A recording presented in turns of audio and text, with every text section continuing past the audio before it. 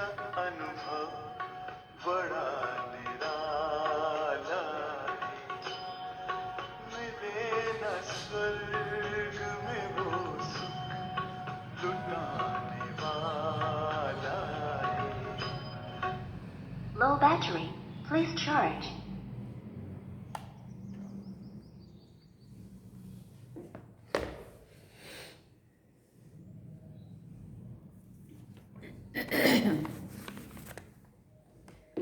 ओम शांति।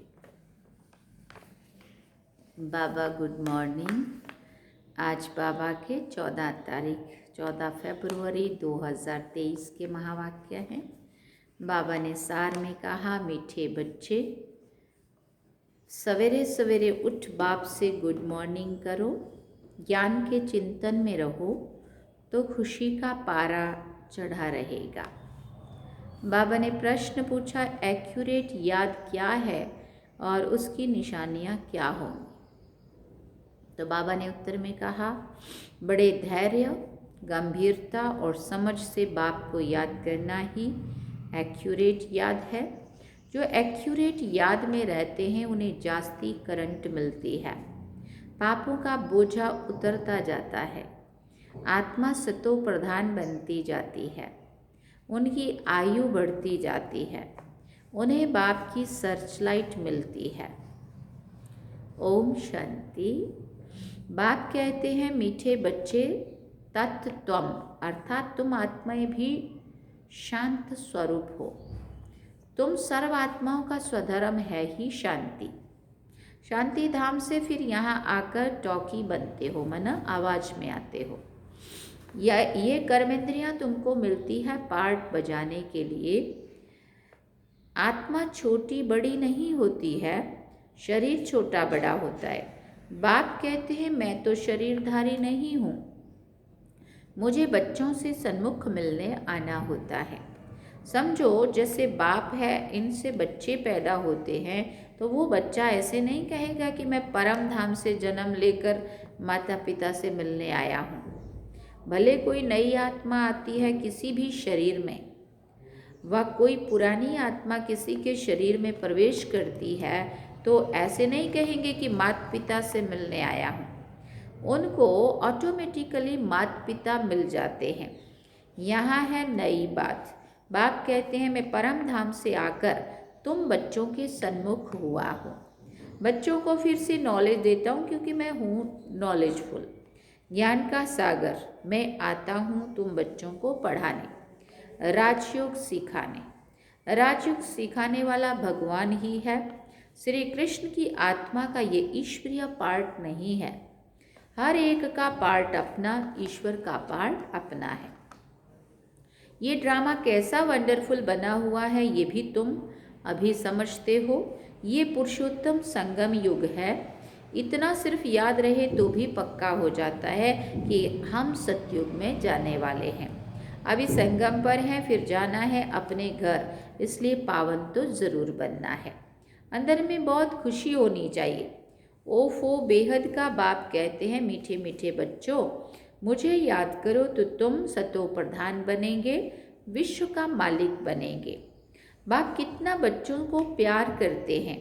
ऐसे नहीं कि सिर्फ टीचर के रूप में पढ़ाकर और घर चले जाते हैं। ये तो बाप भी है, टीचर भी है, तुमको पढ़ाते भी हैं, याद की यात्रा भी सिखलाते हैं। ऐसा विश्व का मालिक बनाने वाले, पतित से पावन बनाने वाले बाप के साथ बहुत लव होना चाहिए। सवेरे सवेरे उठने से ही पहले पहले शिव बाबा से गुड मॉर्निंग करना चाहिए। तुम जितना प्यार से याद करेंगे उतना खुशी में रहेंगे। बच्चों को अपने दिल से पूछना है, क्या पूछना है कि हम सवेरे उठकर कितना बेहद के बाप को याद करते हैं। ये चेक करना है अपने आप को। मनुष्य भक्ति भी सवेरे करते हैं ना, भक्ति कितना प्यार से करते हैं, परंतु बाबा जानते हैं कि कई बच्चे दिल व जान सिक व प्रेम से याद नहीं करते हैं। सवेरे उठकर बाबा से गुड मॉर्निंग करें, ज्ञान के चिंतन में रहें तो खुशी का पारा चढ़ेगा। बाप से गुड मॉर्निंग नहीं करेंगे तो पापों का बोझा कैसे उतरेगा। मुख्य है ही याद। इससे तुम्हारे भविष्य के लिए बहुत भारी कमाई होती है। कल्पांतर ये कमाई काम आएगी। बड़ा धैर्य, गंभीरता, समझ से याद करना होता है। मोटे हिसाब से तो भले करके ये कह देते हैं कि हम बाबा को बहुत याद करते हैं, परंतु एक्यूरेट याद करने में मेहनत है। जो बाप को जास्ती याद करते हैं उनको करंट जास्ती मिलती है, क्योंकि याद से याद मिलती है। योग और ज्ञान दो चीज़ें हैं। योग की सब्जेक्ट अलग है, बहुत भारी सब्जेक्ट है। योग से ही आत्मा सतो प्रधान बनती है। याद बिना सतो प्रधान होना असंभव है। अच्छी रीति प्यार से बाप को याद करेंगे तो ऑटोमेटिकली करंट मिलेगी, हेल्दी बन जाएंगे। करंट से आयु बढ़ती है। बच्चे याद करते हैं तो बाबा भी सर्च लाइट देते हैं। बाप कितना बड़ा भारी खजाना तुमको देते हैं। मीठे बच्चों को ये पक्का याद रखना है। शिव बाबा हमको पढ़ाते हैं। शिव बाबा पतित पावन भी है, सदगति दाता भी है।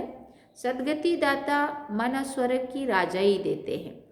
बाबा कितना मीठा है ना, कितना प्यार से बच्चों को बैठ पढ़ाते हैं। बाप दादा द्वारा हमको पढ़ाते हैं। बाबा कितना मीठा है, कितना प्यार करते हैं, कोई तकलीफ नहीं देते हैं।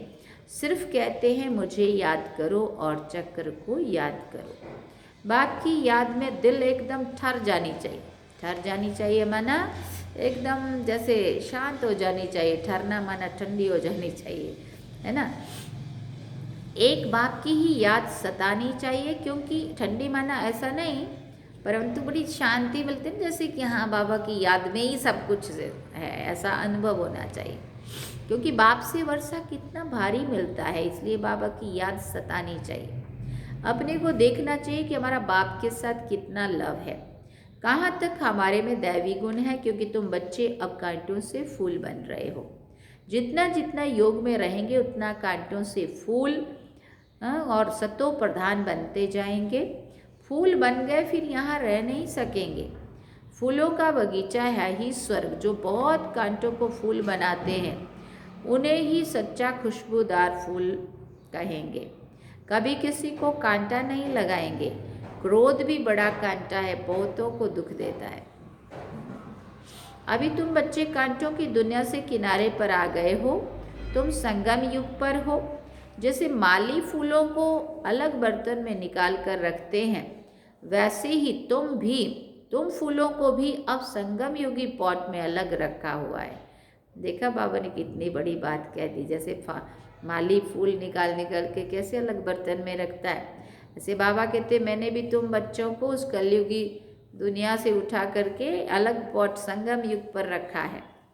सारा दिन सोचना, इस सामान में रहना, फिर तुम फूल स्वर्ग में चले जाएंगे। बाबा सिलेक्ट चुन करके, बाबा जैसे वहाँ माली चुन करके रखता है ना बर्तन में, ऐसा बाबा कहते मैंने भी तुमको उस दुनिया से चुन करके और संगम युगी स्पॉट में अलग रखा है, और फिर तुम फूल स्वर्ग में चले जाएंगे।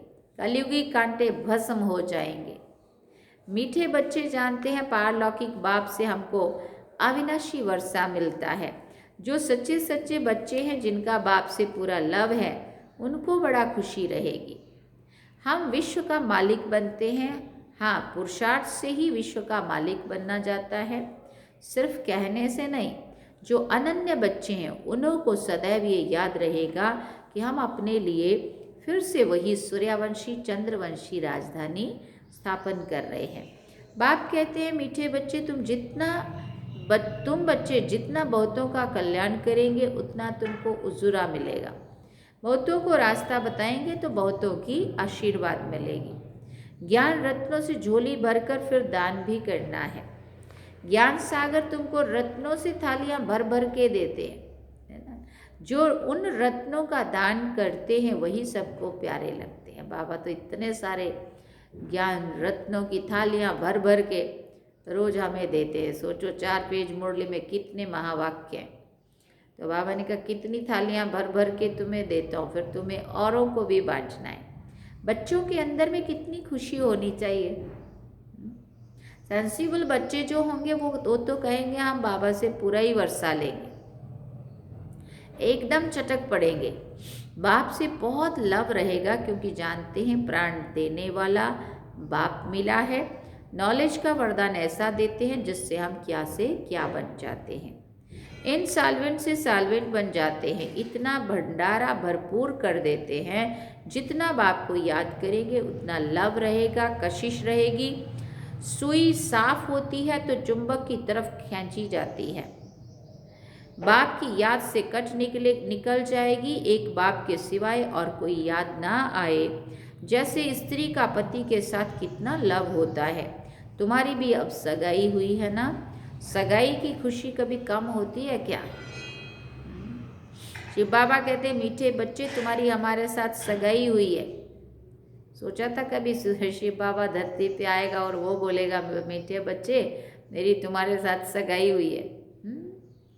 कभी सोचा भी नहीं था। बाबा कहते ब्रह्मा के साथ सगाई नहीं हुई है, सगाई पक्की हो गई फिर तो उनकी याद सतानी चाहिए, है ना। फिर बाबा कहते बाप समझाते मीठे बच्चे गफलत मत करो, स्वदर्शन चक्रधारी बनो, लाइट हाउस बनो।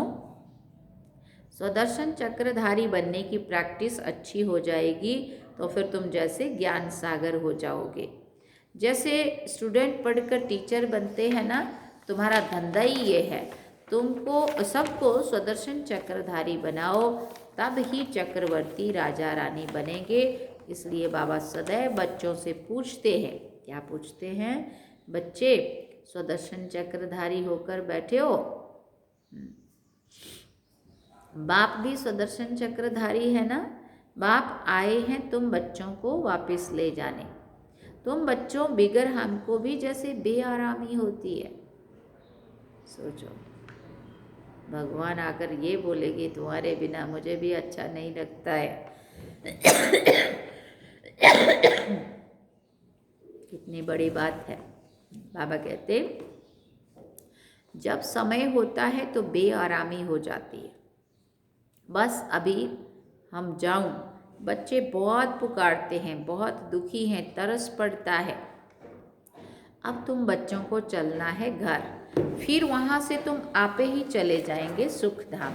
वहाँ मैं तुम्हारा साथी नहीं बनूंगा, अपनी अवस्था अनुसार तुम्हारी आत्मा चली जाएगी। तुम बच्चों को ये नशा रहना चाहिए हम रूहानी यूनिवर्सिटी में पढ़ रहे हैं, हम गॉडली स्टूडेंट हैं, हम मनुष्य से देवता अथवा विश्व का मालिक बनने के लिए पढ़ रहे हैं। इससे हम सारी डिग्रियां पा लेते हैं।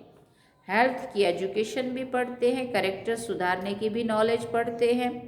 Health ministry, food ministry, land ministry, building ministry, इसमें सब आ जाती है। तुम बड़े खजांची भी हो। लो, तुम्हारे जैसा अमूल्य खजाना और किसी के पास नहीं होता है, नहीं हो सकता। ऐसे ऐसे तुम बच्चों को विचार सागर मंथन कर रूहानी नशे में रहना चाहिए। फिर बाबा ने कहा मीठे मीठे बच्चों को बाप बैठ समझाते हैं। जब कोई सभा में भाषण करते हो व किसी को समझाते हो तो घड़ी घड़ी बोलो अपने को आत्मा समझ परमपिता परमात्मा को याद करो। इस याद से ही तुम्हारे विकर्म विनाश होंगे और तुम पावन बन जाएंगे। घड़ी घड़ी ये याद करना है, परंतु ये भी तुम तब कह सकेंगे जब खुद याद में रहेंगे। इस बात की बच्चों में बहुत कमज़ोरी है। याद में रहेंगे तब तो दूसरों को समझाने का असर होगा ना। तुम्हारा बोलना जास्ती नहीं होना चाहिए। आत्म अभिमानी होकर थोड़ा ही समझाएंगे तो भी तीर लगेगा। बाप कहते हैं बच्चे बीती सो बीती, अब पहले अपने को सुधारो। खुद याद नहीं करेंगे तो दूसरों को कहते रहेंगे तो ये ठगी चल ना सके। अंदर दिल ज़रूर खाती रहेगी। बाप के साथ पूरा लव नहीं है तो श्रीमत पर नहीं चलते हैं। बेहद के बाप जैसी शिक्षा तो और कोई दे ना सके। बाप कहते हैं मीठे बच्चे इस पुरानी दुनिया को अब भूल जाओ। पिछाड़ी में तो ये सब भूल ही जाना है। बुद्धि लग जाती है अपने शांति धाम और सुख धाम में। बाप को याद करते करते बाप के पास चले जाना है। पतित आत्मा तो जा ना सके, वो पावन है ही पावन आत्माओं का घर, इसलिए वहाँ पावन बन के ही जाना है। ये शरीर 5 तत्वों से बना हुआ है, तो 5 तत्व यहाँ रहने के लिए खींचते हैं, क्योंकि आत्मा ने ये जैसे प्रॉपर्टी ली है, इसलिए शरीर में ममत्व हो गया है। अब इनसे ममत्व निकालकर अपने घर जाना है। वहाँ तो ये 5 तत्व है ही नहीं। सतयुग में भी शरीर योग बल से बनता है। सतो प्रधान प्रकृति होती है, इसलिए खींचती नहीं है, दुख नहीं होता है। ये बड़ी महीन बातें हैं समझने की। फिर बाबा ने कहा ये 5 तत्वों का बल आत्मा को खींचता है, इसलिए शरीर छोड़ने की दिल नहीं होती है, नहीं तो इसमें और ही खुश हो जाना चाहिए। पावन बन शरीर ऐसे छोड़ेंगे जैसे मक्खन में से बाल निकला। तो शरीर से सब चीज़ों से ममत्व एकदम मिटा देना है, इससे हमारा कोई कनेक्शन नहीं है। बस हम जाते हैं बाबा के पास। इस दुनिया में अपना बैग बैगेज तैयार कर पहले से ही भेज दिया है। इस दुनिया में अपना बैग बैगेज तैयार कर पहले से ही भेज दिया, साथ में तो चल ना सके। बाकी आत्माओं को जाना है, शरीर को भी यहाँ छोड़ देना है। बाबा ने नए शरीर का साक्षात्कार करा दिया है। हीरे जवाहरों के महल मिल जाएंगे। ऐसे सुखधाम में जाने के लिए कितनी मेहनत करनी चाहिए, थकना नहीं चाहिए। फिर बाबा ने कहा दिन रात बहुत कमाई करनी है, इसलिए बाबा कहते हैं नींद को जीतने वाले बच्चे बनो। माम एकम याद करो और विचार सागर मंथन करो। ड्रामा के राज को बुद्धि में रखने से बुद्धि एकदम शीतल हो जाती है। जो महारथी बच्चे होंगे वो कभी हिलेंगे नहीं। शिव बाबा को याद करेंगे तो वो संभाल भी करेंगे। तो बाप तुम बच्चों को दुख से छुड़ाकर शांति का दान देते हैं, तुमको भी शांति का दान देना है।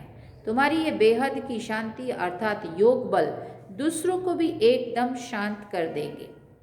झट मालूम पड़ जाएगा ये हमारे घर का है व नहीं है। आत्मा को झट कशिश होगी यह हमारा बाबा है। नब्ज़ भी देखनी होती है। बाप की याद में रहकर फिर देखो ये आत्मा हमारे कुल की है। अगर होगी तो एकदम शांत हो जाएगी, उसको बहुत अच्छा लगेगा। यहीं पे ये बात समझ में आएगी। जो इस कुल के होंगे उन्हों को इन बातों में रस बैठेगा। फिर बाबा ने कहा बच्चे याद करते हैं तो बाप भी प्यार करते हैं। आत्मा को प्यार किया जाता है ये भी जानते हैं। जिन्होंने बहुत भक्ति की है वही जास्ती पढ़ेंगे। उनके चेहरे से मालूम पड़ जाएगा कि बाप में कितना लव है। आत्मा बाप को देखती है ना, बाप हम आत्माओं को पढ़ा रहे हैं। बाप भी समझते हैं हम इतनी छोटी बिंदी में आत्मा को पढ़ाता हूँ, आगे चलकर तुम्हारी अवस्था तुम्हारी ये अवस्था हो जाएगी। समझेंगे हम भाई भाई को पढ़ाते हैं। शक्ल बहन की होते भी दृष्टि आत्मा की तरफ जाएगी, वो आत्मिक भाव। शरीर पर दृष्टि बिल्कुल ना जाए, इसमें बड़ी मेहनत है आत्माभिमानी बनने में। ये बड़ी महीन बातें हैं, बड़ी बड़ी ऊंच पढ़ाई है। वजन करो तो इस पढ़ाई का तरफ बहुत भारी हो जाएगा, इतनी ऊंची पढ़ाई।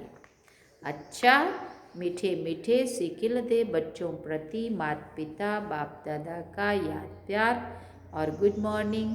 रूहानी बाप की रूहानी बच्चों को नमस्ते।